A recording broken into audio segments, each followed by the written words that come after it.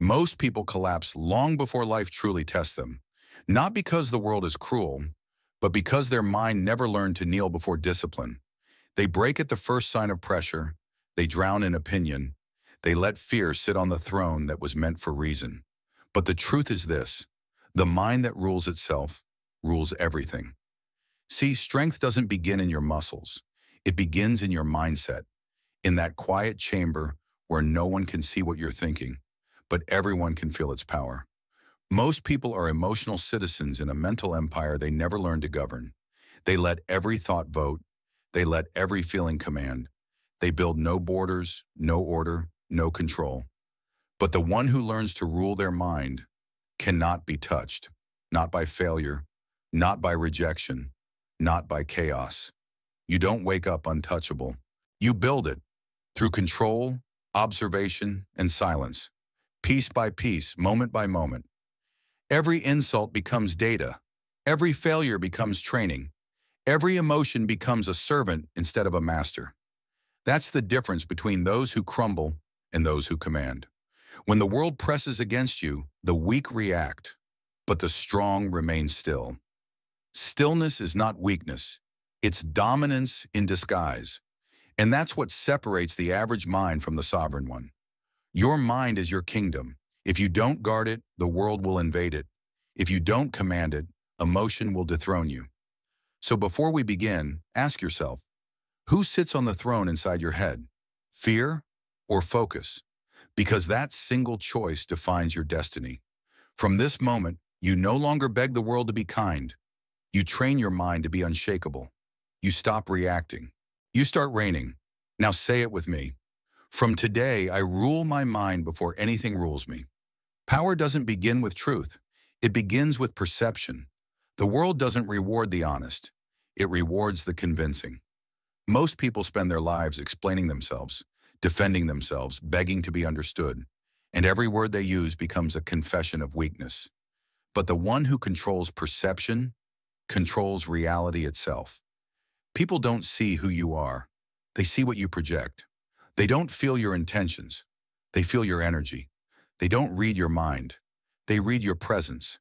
In a world blinded by appearances, the one who shapes the image shapes the truth. Machiavelli knew this long before the world caught on. He understood that people believe what they see more than what they're told.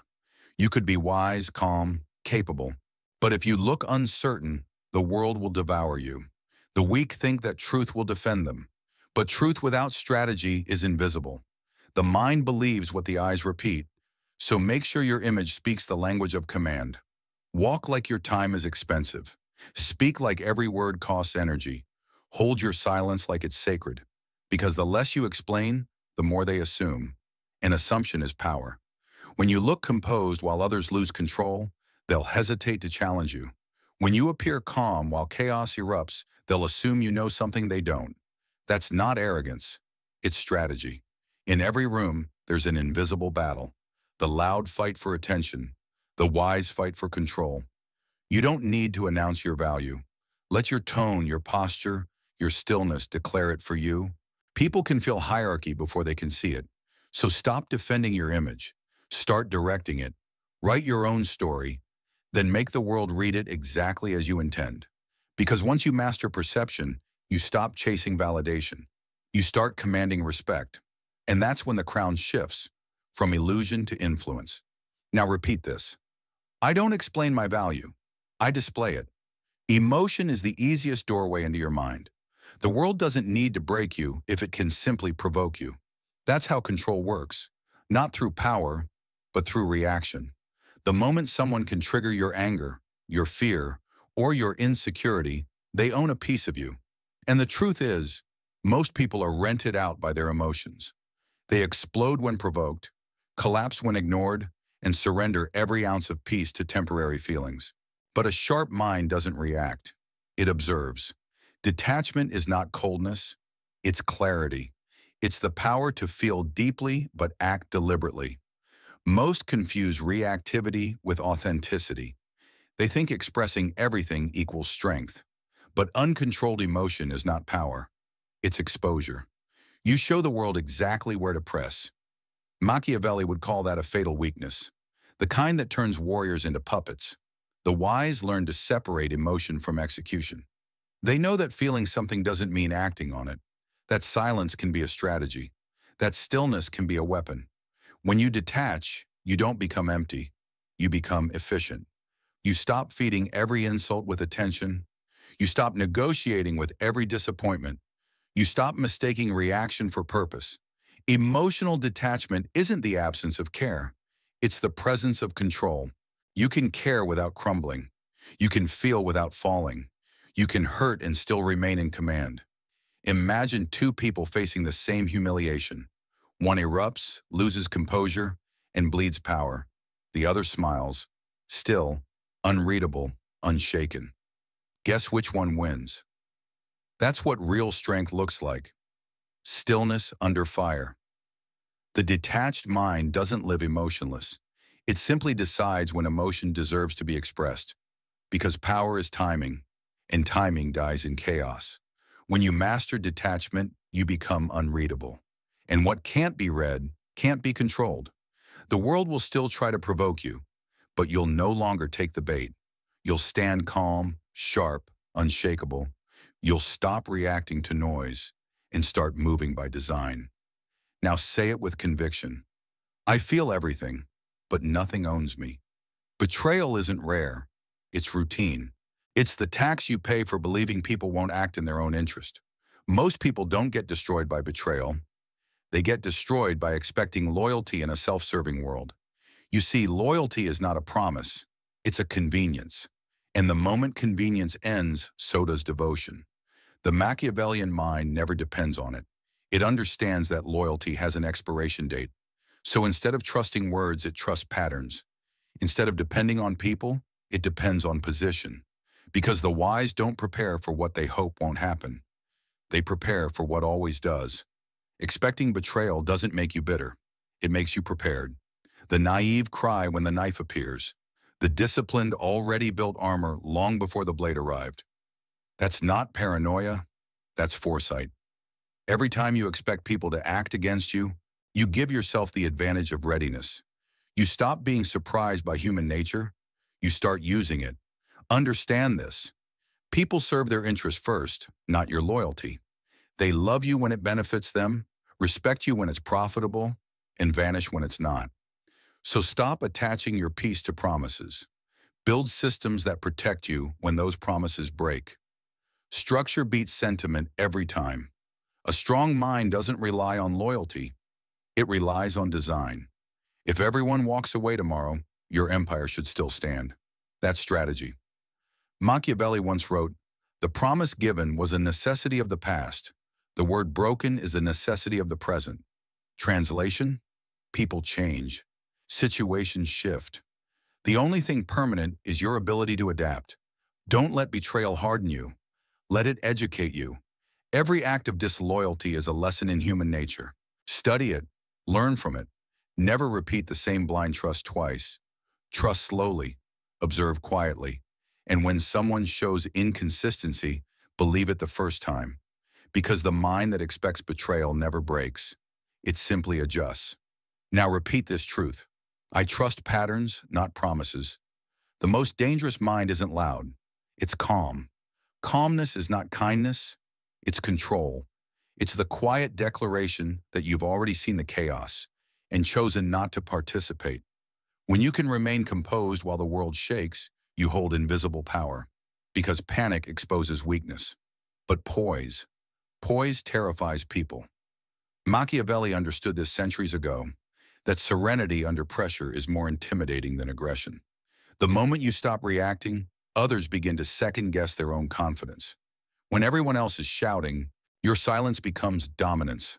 The calm man is unreadable, and what cannot be read cannot be predicted. What cannot be predicted cannot be controlled. That's why stillness is a weapon. Most people confuse composure with softness. They think calm equals passive, but calm is calculation. Emotion restrained until it serves purpose. To appear calm, you must first train the voice in your head. Every insult, every crisis, every trigger must pass through one filter. Does reacting help me win? If the answer is no, you remain silent. because silence kills faster than rage. The man who speaks in anger bleeds control. The one who stays quiet bleeds nothing. When you show no reaction, people start to project their fears onto your stillness. They imagine power where there's only peace, and that illusion works in your favor every time. Appear calm, think cold, observe everything, react to nothing. The calm mind sees patterns that emotion blinds.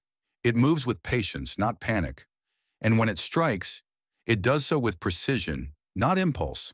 Remember, lions roar to show strength, but real hunters move in silence. When you cultivate calmness, you take control of time itself. You dictate the pace of every interaction. You make others adjust to your rhythm. That's not passive energy. That's psychological rule. So when life erupts around you, don't match the chaos. Mirror it with stillness. Because the one who remains calm commands the storm. Now say it out loud. My calm is my command. Power doesn't always roar. Sometimes it whispers or says nothing at all. Silence is the purest form of control. It's how the wise move when the world is addicted to noise. Most people talk because they fear invisibility. They explain. They justify. They overshare. And in every word, they leak information. Their fears, their motives, their insecurities. But the silent mind, it bleeds nothing. It reveals nothing. It listens. And through listening, it learns what others are too busy proving. Silence doesn't mean absence of voice. It means presence of discipline. It's a strategy of power wrapped in mystery. The world underestimates quiet people until they act. And by the time they do, it's already too late to stop them. Understand this. Words are cheap. They create illusion, not certainty. But silence creates imagination. When you don't explain yourself, people start to invent their own theories. They fill the gaps with fear, respect, or curiosity. And that uncertainty becomes your armor.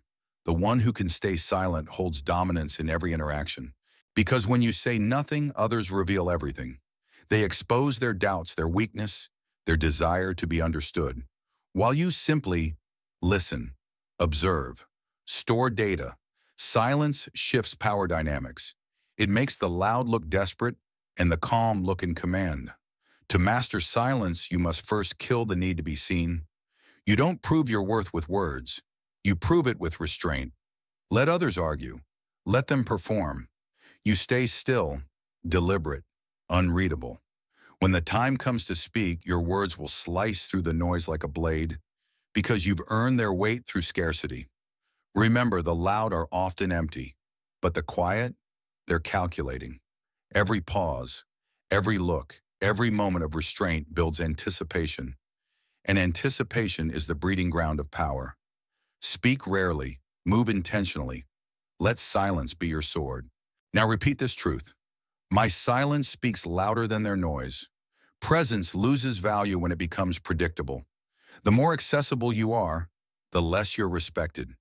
People don't crave what they can always reach. They crave what they miss. And that's where power hides, in absence. Absence isn't withdrawal, it's strategy. It's the art of creating demand through disappearance. The world teaches you to stay visible, to be everywhere, to prove yourself, to never go unnoticed. But the more you appear, the faster your presence fades. Familiarity dulls impact. Constant exposure kills curiosity. Machiavelli understood this long before social noise existed. The wise don't flood attention. They control it. When you step back, people start to wonder. They replay your words. They question your silence. They fill your absence with imagination. And imagination is the most powerful illusion of all. Every great strategist knows that timing matters more than visibility. Appear too often, you become background. Appear rarely, you become legend. You don't have to hide, you have to become rare. When you disappear intentionally, you remind people that your time is earned, not granted, that your presence is a privilege, not a default.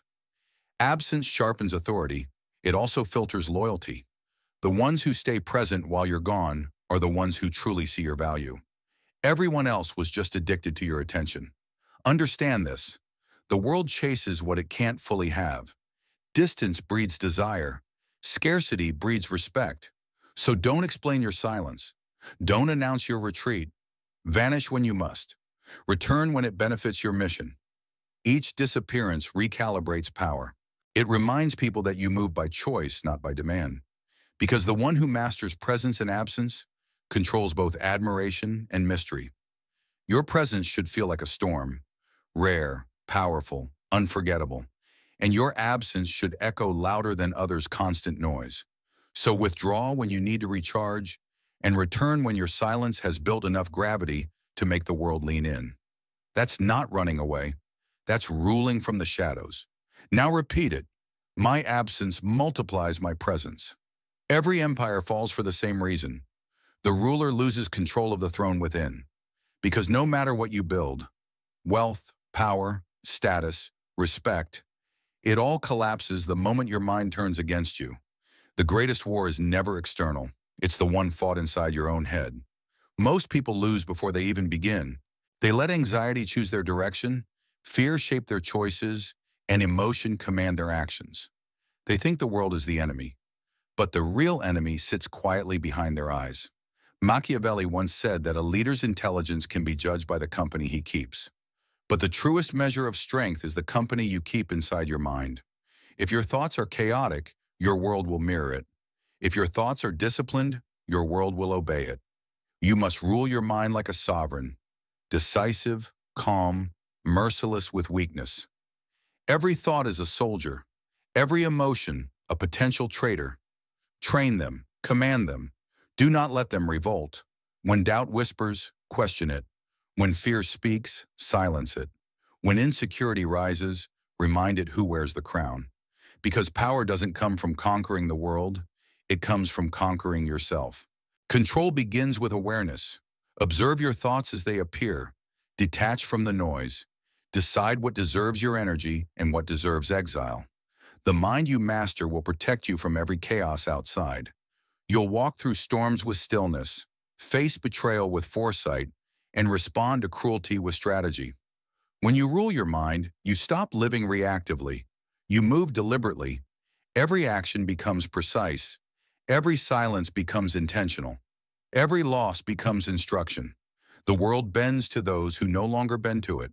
So stop trying to dominate others. Dominate your thoughts. That's where all power begins and all weakness ends. Because once your mind obeys only you, no insult, betrayal, or failure can touch your peace again. Now say it with absolute conviction.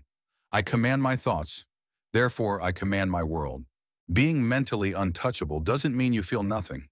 It doesn't mean you turn to stone or bury your heart in armor. It means this: nothing owns you anymore.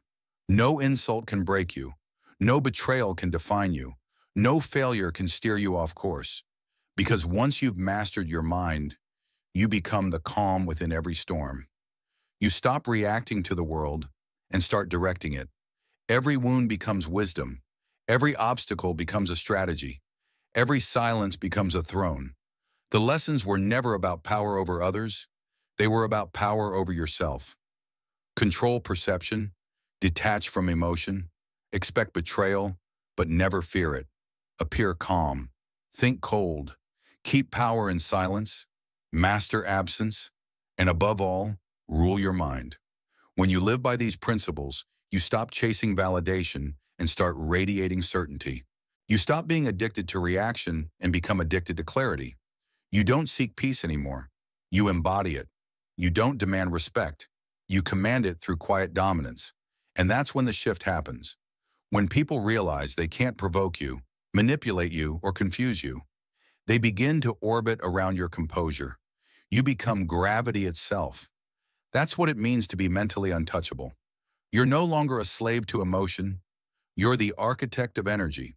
You decide what enters your mind and what dies at its gates, because true strength isn't loud. It's not revenge. It's not reaction. It's restraint.